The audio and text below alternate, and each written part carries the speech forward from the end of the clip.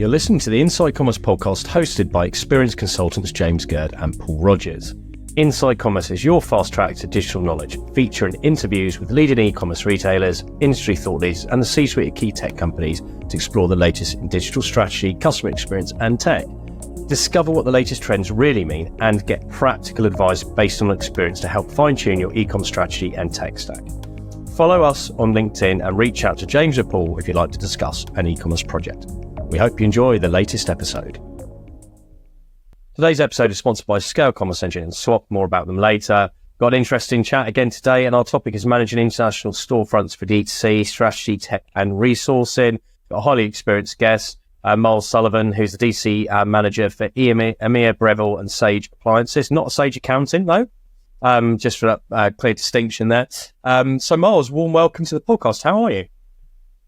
Hi, thank you very much for having me. So yeah, I'm Myles. I am the DTC manager for BRG Appliances, which is Sage Appliances, which is the coffee machines, pizza ovens, lots of the cool stuff that you have in your kitchen. But we've also got Lit, Baratza, sort of some other higher end coffee spaces or coffee machine brands and grinders.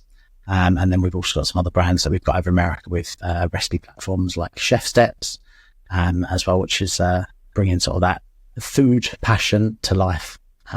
Yeah, that's who I am. I mainly look after all of the e-commerce for all of the websites, looking after the sort of the performance, the mixture of the experience and sort of the general operations for all of our sort of D2C parts of the business in the EMEA region. Which is lovely, great fun, because it's a great privilege to be able to look after a huge amount of different, a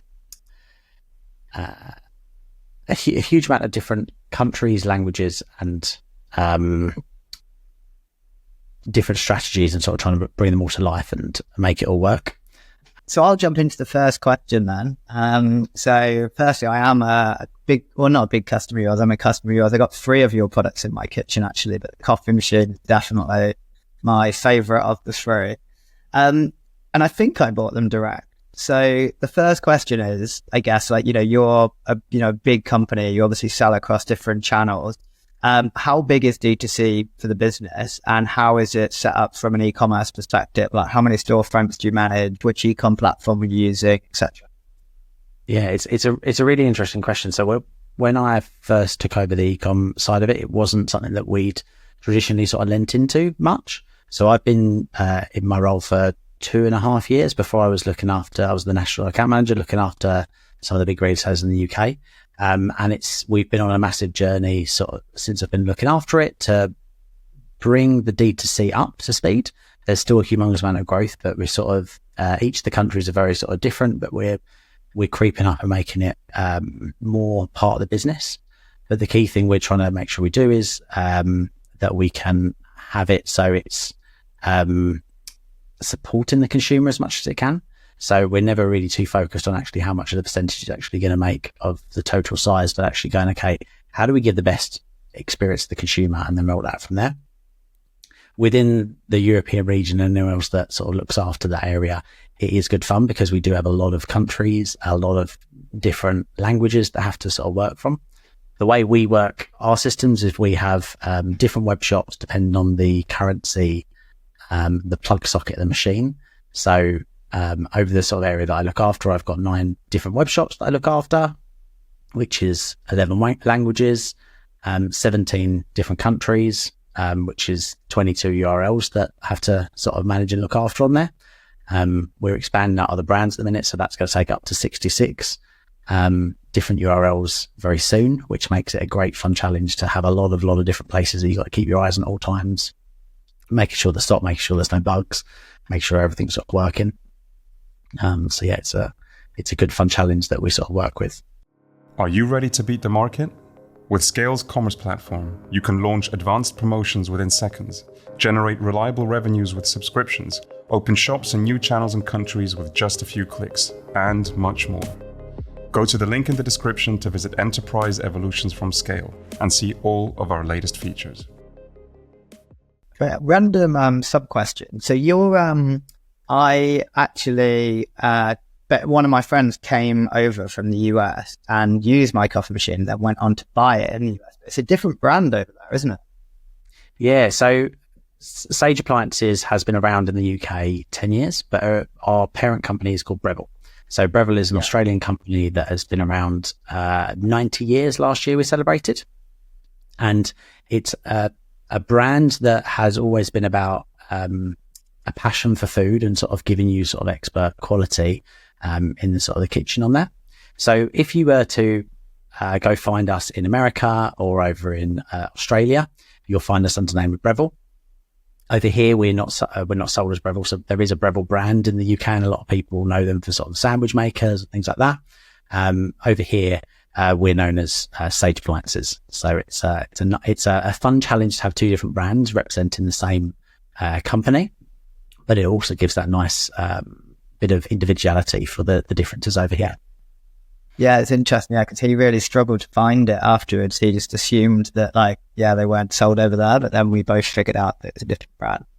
But that makes sense. So I guess the next question, so James and I both are pretty focused on replatforming, and a large part of this podcast is focused on replatforming. And we've both talked quite a lot about how the last couple of years have been really quiet around kind of big change projects. And, there's been kind of maybe smaller migrations, but a lot of the bigger ones have been put on hold, and that's changing this year. Where's your business at from that perspective? Is it something you're looking at? And is it something that you're kind of planning on focusing on soon? Yeah, so we build everything on ours on AEM, so on Adobe. And we recently, 2 years ago, went on a journey from taking it from the 6.3 version to 6.5 versions. We did big replatforming. Also bringing on board new technologies with commerce tools, with Algolia, bringing on board payment providers like Ardian. So we've been on a big journey of change over sort of the last 2 years. It was a great baptism of fire, because it was when I first sort of come into sort of the e-commerce space, first learning about the websites and having to get a full in-depth detail on all the different parts of a website was a good experience to understand it all. The way that we sort of work it all is we try and just do it off a big global template and then roll it out from there, and then lean into the partners and the sort of different technologies to make sure we can make them relevant for all the different markets from there. But we've seen a lot of good growth out of our platform since we have done this free platform. And now we're sort of going through the journey of going, okay, how do we make sure we harden the platform, bring the better experiences for the consumer, and sort of try and do the tweaking and the refinements on that to sort of bring it work on the good basis that we've sort of started. And you mentioned you obviously have lots of countries, lots of URLs, and they're expanding. It's not possible to fully localize every single market without insane amounts of resource. So how do you manage that side? Which markets do you focus localization on, of the customer experience, content, etc., and why? So we're really lucky that we are in the main industry of food and drink, and that luckily is an international language. Everyone loves coffee. Everyone loves a good pizza, and we let the products do a lot of the talking. So what we try and do is we try and keep a very standard global message that we have running out for the theme of everything. So we try and actually avoid a lot of the localization, but then allow our local partners, so using influencers and affiliates, to then work with us to then do the storytelling in the local languages. And we found this has been really beneficial for us, because it allows us to get really good scale, so that wherever you are globally, you're going to recognize a brand. So the look and feel does feel the same, even if we have got different brand names, but actually the products then do the talking for themselves. And it allows that if we have we've got a pressure cooker and a multi-cooker that we brought out a few years ago, and it's got a yogurt function in there. For me in the UK, I don't really have a lot of need for making a lot of yogurt, but actually our subsidiary we got over in Turkey, it's a massive benefit over there, and they've sort of leaned in massively into that technology, but it wasn't one of our key things that we've focused on when we were sort of launching the product. It was a really cool different thing. So allowing a global sort of brand comms and sort of strategy of going, okay, we're going to give you the best product and go with that clear message, and then letting the local storytelling be the localization on that. Interesting. So from therefore, from a campaign like promotions on site, do you have like global promotions, or is that all done at the local level as well with local teams to decide when to execute, discounts, big promotional seasonal campaigns?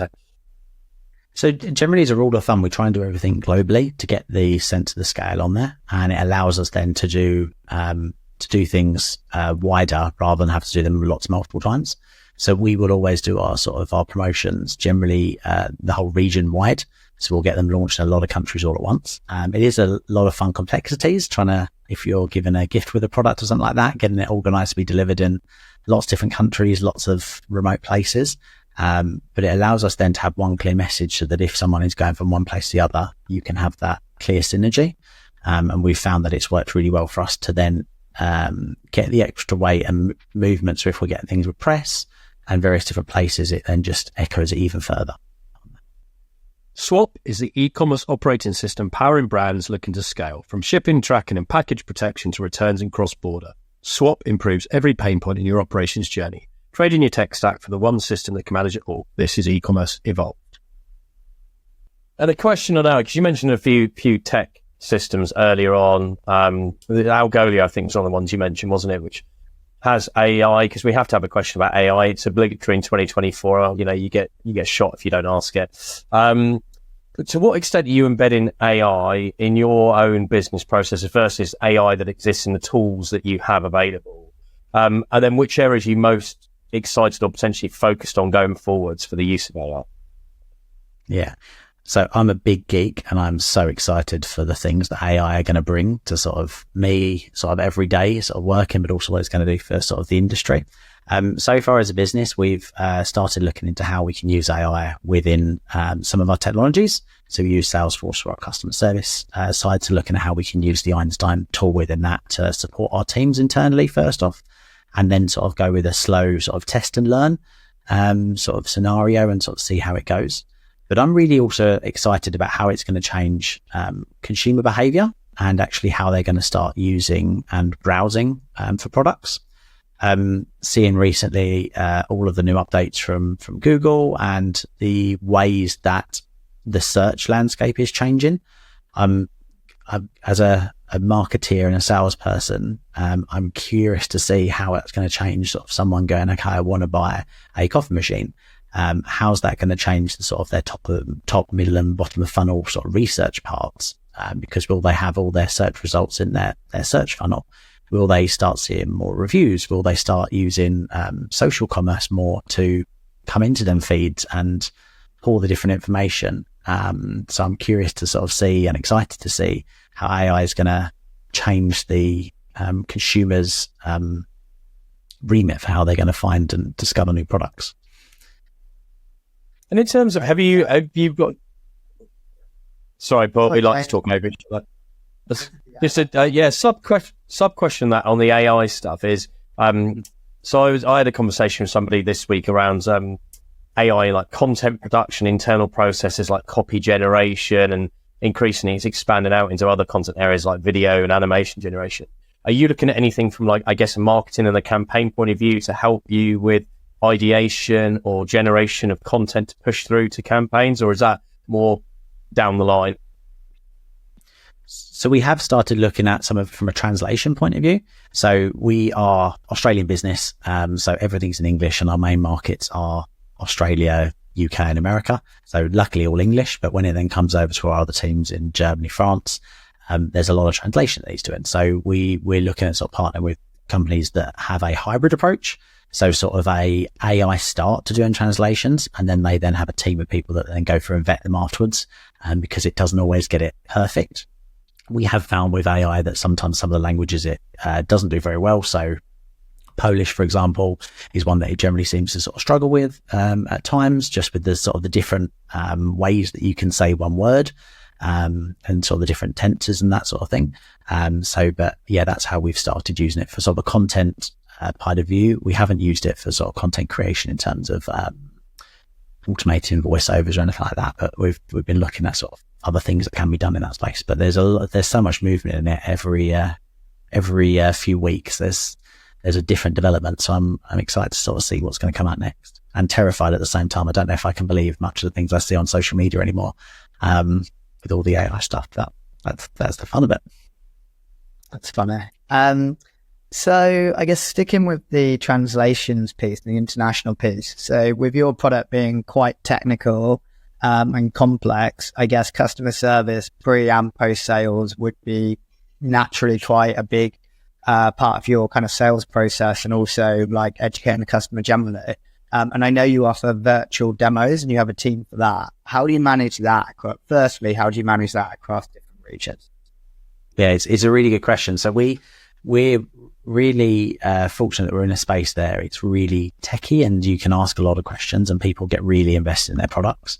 Or you've probably found yourself that when you get your coffee machine, you probably turn into a full barista, and you absolutely love tweaking with everything, going, I can taste this, I can get that out of it. And we turn a lot of people into their extra sort of hobby with our machines.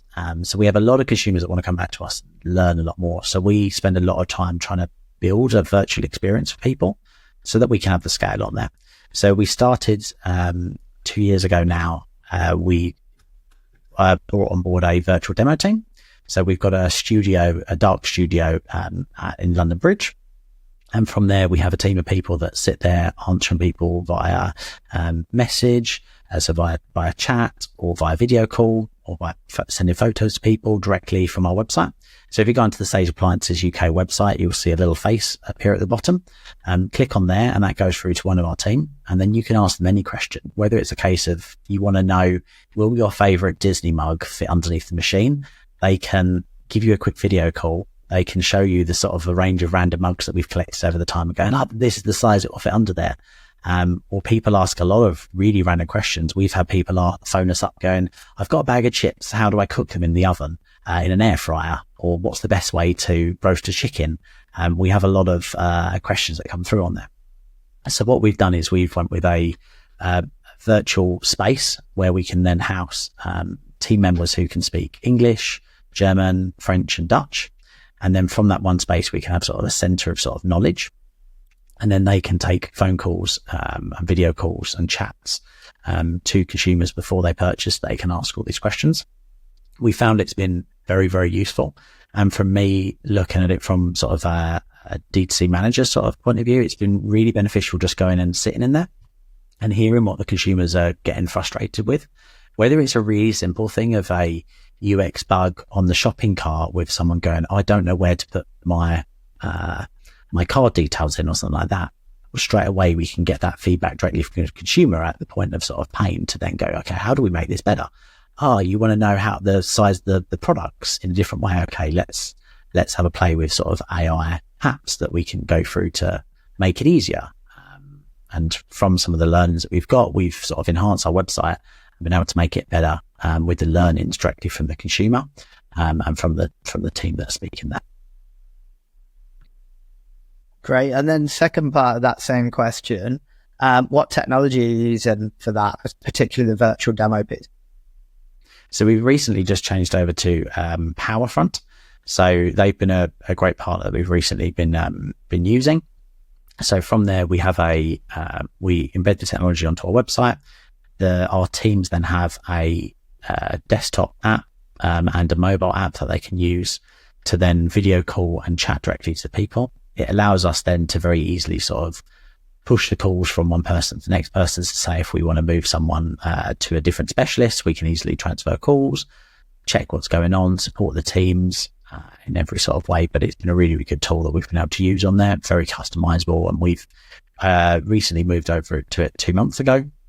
And we're sort of going through the discovery now and sort of looking at how we can tweak the tool. Before we were using Hero, which was part of Klarna.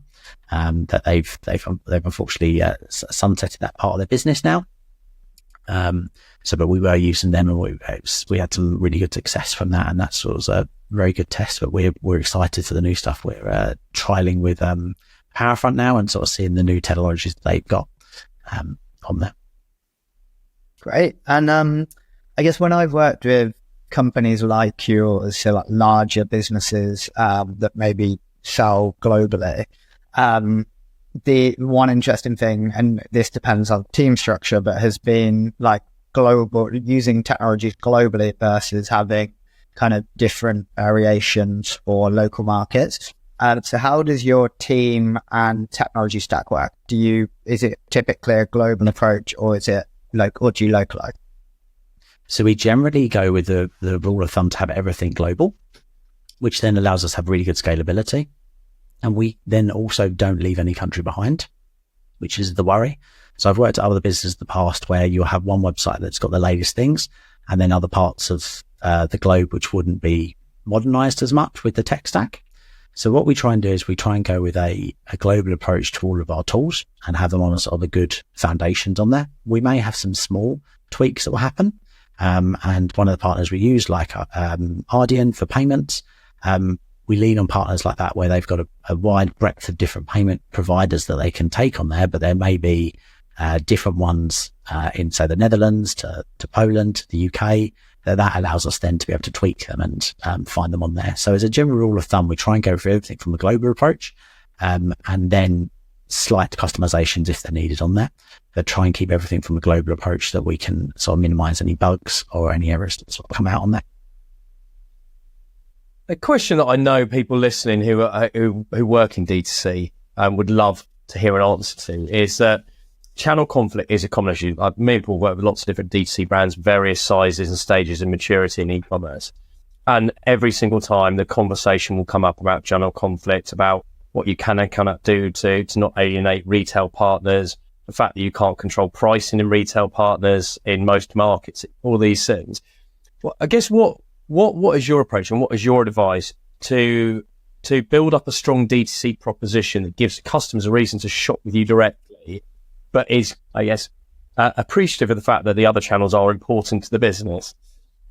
Yeah, it's a really hard question. It's something that when someone finally ever finds the golden answer, yeah. Very of it. From my side, I always sort of go with the key thing is, as a brand point of view, we want to make sure that someone gets the product that they need, they get it, they love it, and they get the most out of it. And it's really, really easy to sort of have sort of silos within businesses where the retail team will go against the online team versus the D2C team. But it's not often the need because we're all sort of one team. So the way that we try and look at it internally is that we just want to make sure that we can get someone to get hands on with the product, get them to love it, enjoy it. And then that's the sort of the key thing for us on there.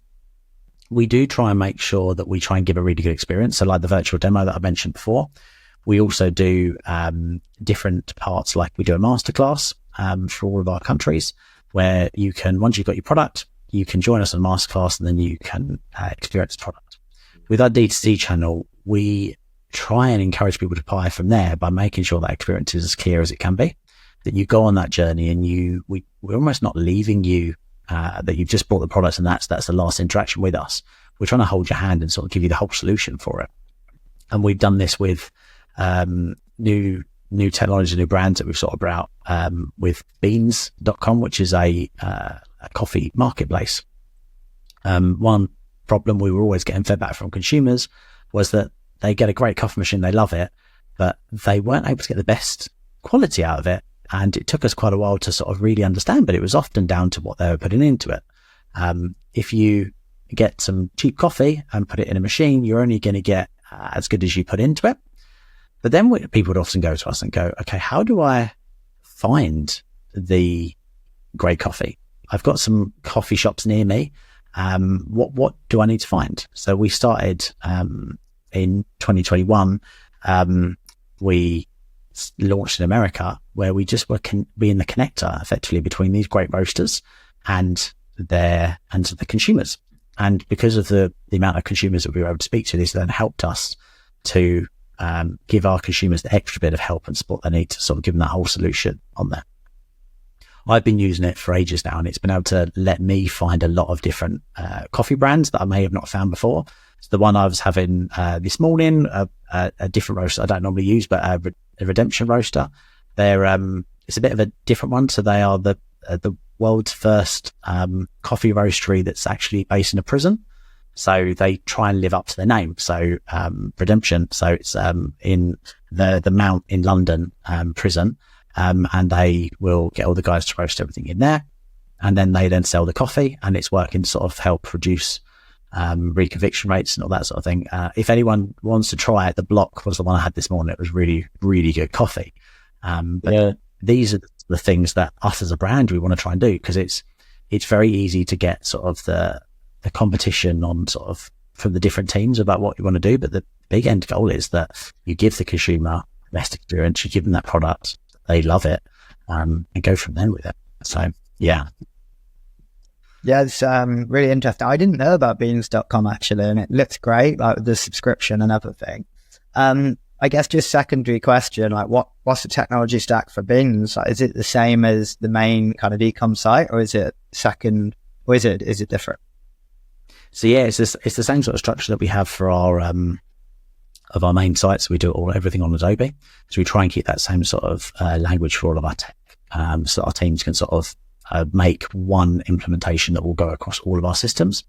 We do have extra plugins though, so a lot of our roasteries that we'll work with will use Shopify and other platforms, so we will then have plugins that will then work directly with them, so we can then just direct the orders straight over to their systems, so they can then fulfill them straight away. Yeah.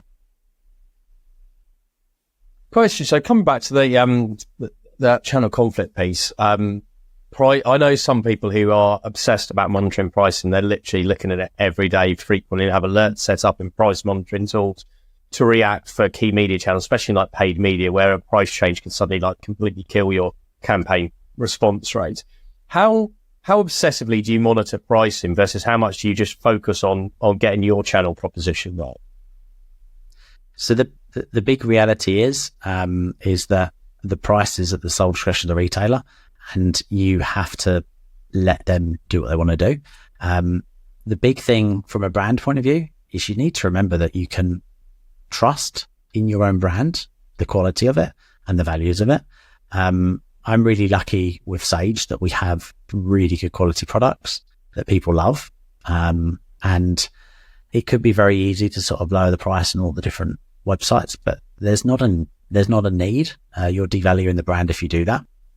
So it's something that you have to be aware of, but at the same time, you have to remember that you've got to sort of stay strong and remember that people will buy your product if you're giving them a good service and a good experience. And that's the big part that we try and do as much as we can. So give them that pre and post experience from there with masterclasses to make sure they know how to use their machines or use technologies. So another technology we use for onboarding is something called Built, which is like a virtual instruction booklet. And it's not something that we don't allow for other consumers, but we just make it more in the forefront of people's minds. So they know that they're going on that full journey. We're going to help them experience all the great stuff that we're going to tell them about. Yeah, I really like that angle. And I've worked with a few businesses helping them around their customer comms for DTC, but how do you create the value proposition? And content differentiation is often really underestimated because the knowledge that exists within the brand versus a retailer is very, very different. How do you approach that from a comms point of view? How do you get that across to the customer to make them perceive that value of the extra stuff that you bring them? Because obviously you've got to get cut through from the selling noise around like getting the product in front of people and the price to get them to understand that proposition. Yeah, it's the big challenge of going for the, why do I want this brand? What product do I want? How do I pick this one over someone else, and breaking it down into that sort of consumer funnel with their decision tree when they're going through on that. With our D2C, we've effectively got our own canvas where we can decorate the house. We can put it exactly how we want it to, whereas in retail, we don't have that ability to. With our D2C, we just make sure that we can go through and try and explain the brand principles. Within Sage, we've got something called the 4 key formula, which is making sure that we're going to give you the exact parts that the coffee industry expects you to have. So the right dose, the right temperature, the right heat, and the right steam on there. And we try and go through to say that's our brand promise on there for you. That's what we're going to give you, the great quality on that side. So you've got the standards. Then go down to explain what are the things about this product that's going to make you go, wow, this is why I want this. Whether it be automatic alternative milk frothing or tamping on there, to help you understand and get the best result for you. And then going, and don't worry, we're not going to just leave you at the door. We're going to help you with this. So as you go down our product pages, you'll sort of see them sort of journeys that I've sort of mentioned off. So starting off with the sort of the brand promise, then going down to the feature of the product, and then ending with sort of the overall, this is how we're going to help you with our other technologies. And that's the sort of way that we try and do it. So look at actually what's the thought process of a consumer and how are they going to find the product and then follow that through.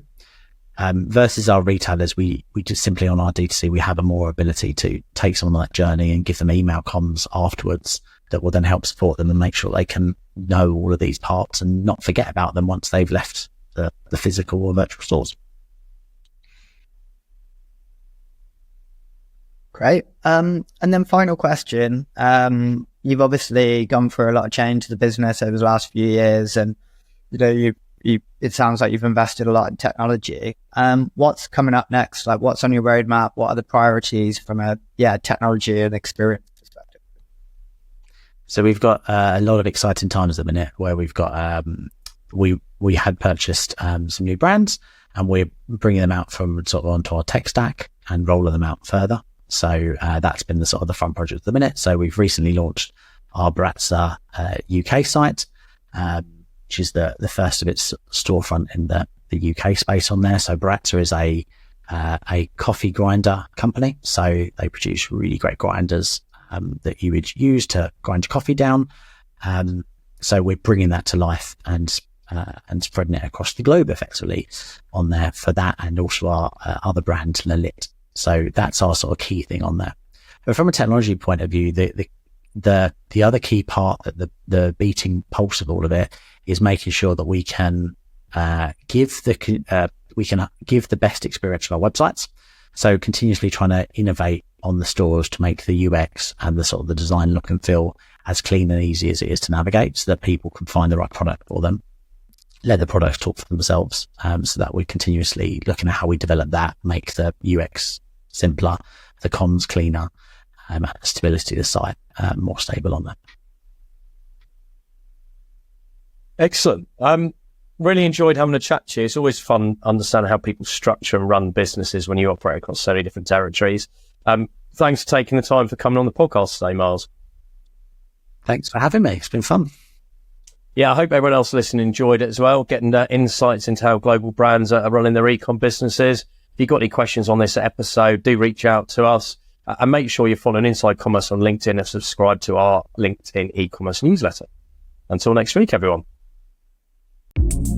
You're listening to the Inside Commerce podcast, hosted by experienced consultants James Gerd and Paul Rogers. Inside Commerce is your fast track to digital knowledge, featuring interviews with leading e-commerce retailers, industry thought leaders, and the C-suite of key tech companies to explore the latest in digital strategy, customer experience, and tech. Discover what the latest trends really mean and get practical advice based on experience to help fine-tune your e-com strategy and tech stack. Follow us on LinkedIn and reach out to James or Paul if you'd like to discuss an e-commerce project. We hope you enjoy the latest episode.